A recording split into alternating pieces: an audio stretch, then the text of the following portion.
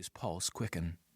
He knew that one of the means of execution the local Indians used was to place a man's head on a stone and smash his skull with heavy clubs. And that, apparently, was the end Chief Powhatan had chosen for John Smith. Several warriors grabbed John and pulled him forward. They forced his head down onto the cold stone and stood back as the two warriors stepped forward and raised their clubs. As John waited for the searing pain of the first blow against the side of his head, a million thoughts wanted to race through his mind. But the one that found voice was, "So this is how the life of the boy from Lincolnshire is going to end." Chapter 2. Dreams of Adventure. It was a warm summer morning in Lincolnshire in 1588. An 8-year-old John Smith and the two sons of Lord Willoughby, Peregrine and Robert Bertie, were making their way across the rolling green countryside to the ocean. They planned to build a boat when they reached their destination and sail away out into the North Sea.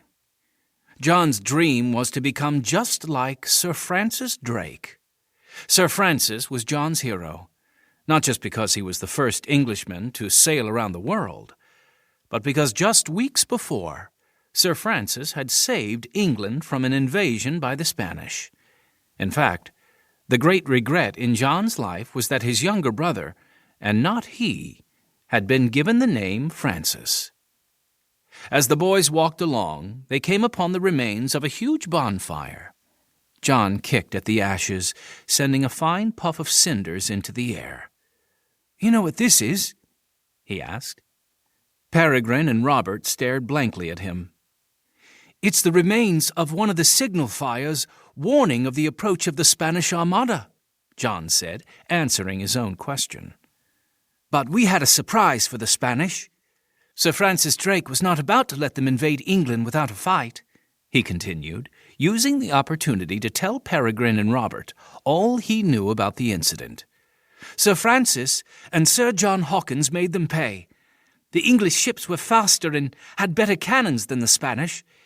It wasn't long before ships of the Armada were heading to the bottom of the sea at the hands of the English. And then a great storm blew up and sank many more of the Spanish ships.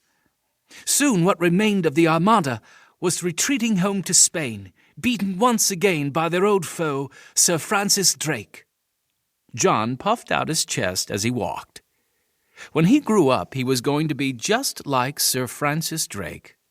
He was going to live a life full of adventure and conquest in far-flung corners of the earth. And when the boys reached the ocean, John's first adventure was going to begin.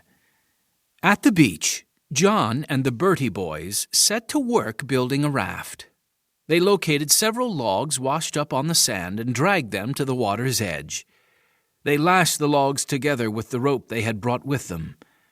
Once they were satisfied that the logs were tied together tightly enough, they went in search of long sticks to pole the raft out to sea once it was launched.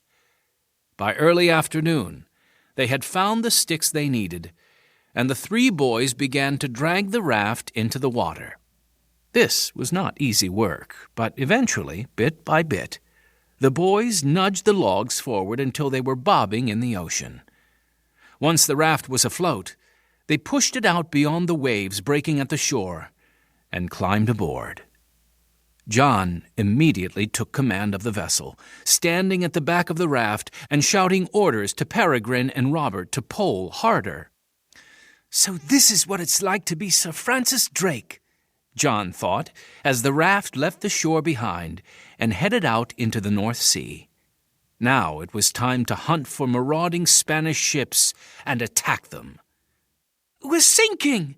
We're sinking!" came Peregrine's words, interrupting John's reverie. Sure enough, when John brought his focus back to the raft, seawater was already washing over it. "What are we going to do?" Robert fretted. "We can't swim."